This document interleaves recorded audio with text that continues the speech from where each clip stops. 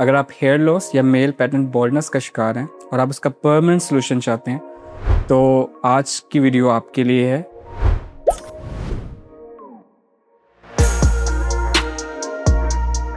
अस्सलाम वालेकुम, मेरा नाम doctor Hamza Ahmed, I am consultant plastic surgeon.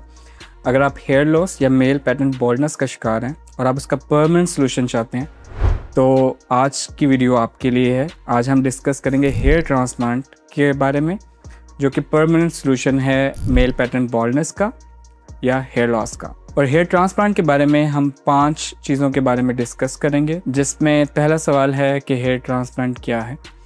Hair transplant एक ट्रांसप्लांटेशन की टेक्निक है जिसमें स्कैल्प के या जिस्म के किसी भी हिस्से से बाल निकाले जाते हैं रूट्स में, और फिर उनको डिज़ायर्ड जगह के ऊपर लगाया जाता है। उसके लिए डिफरेंट टेक्निक्स हैं, मगर बेसिकली हेयर ट्रांसप्लांट किसी बाल को एक जगह से दूसरी जगह ट्रांसफ़र करने का नाम है। हेयर ट्रांसप्लांट कैसे काम करता है?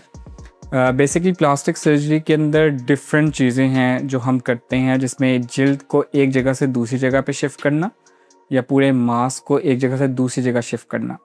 इसकी एक फॉर्म हेयर ट्रांसप्लांट भी है। बेसिकली हम बालों को एक जगह से निकाल के दूसरी जगह पे शिफ्ट कर देते हैं, जिसमें रूट भी होती है। रूट एक ऐसी चीज़ है जहाँ से बाल ग्रो करता है। हम मेक श्योर करते हैं कि हम उस चीज़ को भी लें, खाली बाल को ना लगाएं। अगर हम खाली बाल को लगाएंगे तो वो वहाँ पे नहीं लगेगा। बेसिकली रूट है जो आपके बालों को बनाती है। तो अगर आप रूट को एक जगह से दूसरी जगह पे शिफ्ट कर दें तो जिस जगह पे शिफ्ट किया जाता है वहाँ पे वो बाल उगना शुरू हो जाता है। इसमें एक और बात भी इम्पोर्टेंट है कि जो रूट हम निकालते हैं वो वहाँ से ख़त्म हो जाती है। यानी कि अगर आपने किसी जगह से रूट लिया तो वहाँ पे वो बाल नहीं उगेगा, बल्कि जहाँ पे उसको लगाया जाएगा वहाँ पे उगेगा। हेयर ट्रांसप्लांट की डिफरेंट टेक्निक्स है। कुछ एक्सट्रैक्शन की टेक्निक है जिसके अंदर फॉलिकुलर यूनिट एक्सट्रैक्शन आती है, जिसको हम रूट की बात करते हैं उसको हम फॉलिकुलर यूनिट कहते हैं अपनी ज़बान के अंदर। हम उसको पूरे को निकाल के एक जगह पे शिफ्ट करते हैं।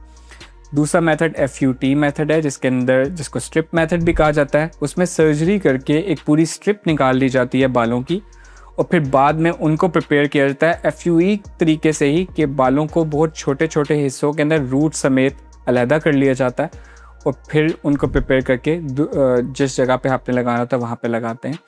और लगाने के मेथड के अंदर स्लिट मेथड है, जिसके अंदर पहले नाइफ़ की मदद से स्लिट्स बना दिए जाते हैं और इसके अंदर ग्राफ्ट को डाल दिया जाता है। और दूसरा मेथड ये है कि हमारे पास इंजेक्टर्स होते हैं जिसके अंदर बाल को लोड किया जाता है और डायरेक्टली लगा दिया जाता है, जिसको हम आम ज़बान में डायरेक्टली हेयर इम्प्लांटेशन कहते हैं। एक्सट्रैक्शन मेथड के अंदर स्ट्रिप सेफ डोनर एरिया से निकाल दी जाती है। ये बिल्कुल पेनलेस प्रोसीजर होता है, और स्ट्रिप को बाद में अपनी टीम को दे दिया जाता है, जिसमें वो छोटे छोटे पीसेस करके यूनिट्स को अलहदा कर लेते हैं। इसका सबसे बड़ा फ़ायदा ये है कि आप एक स्ट्रिप में से सारे बालों को इस्तेमाल कर सकते हैं, जो कि 3000 से 3500 के दरमियान हो सकते हैं। फॉलिकुलर एक्सट्रैक्शन के अंदर आप डोनर एरिया से सिर्फ रूट को निकालते हैं।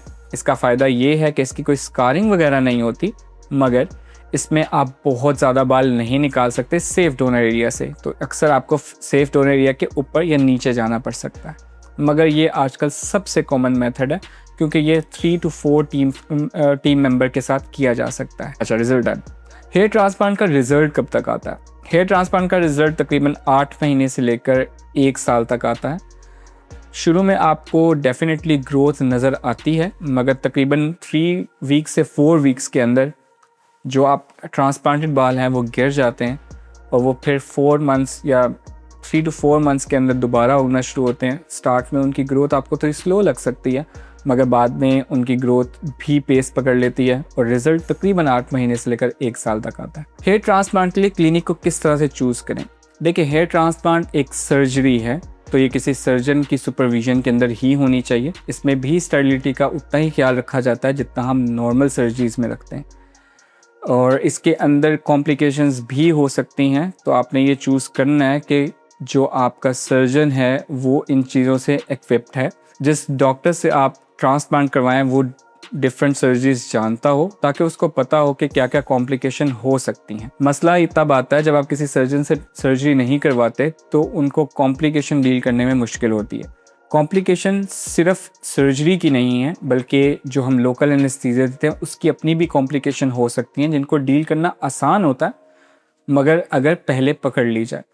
तो मसला ज़्यादातर जो हम कॉम्प्लिकेशन देखते हैं उसमें टीम जो है वो इक्विप्ड नहीं होती इस चीज़ के लिए कि वो पहले से पता कर सके कि ये कॉम्प्लिकेशन हो रही है और इसकी ट्रीटमेंट की जाए। अगर आप किसी सर्जन से करवाते हैं जो उसको सुपरवाइज़ कर रहा होगा तो वो इस चीज़ को बखूबी देख लेगा कि ये कॉम्प्लिकेशन अब हो रही है और इसकी ट्रीटमेंट अभी करनी है और ट्रांसप्लांट को कंटिन्यू करना है कि नहीं।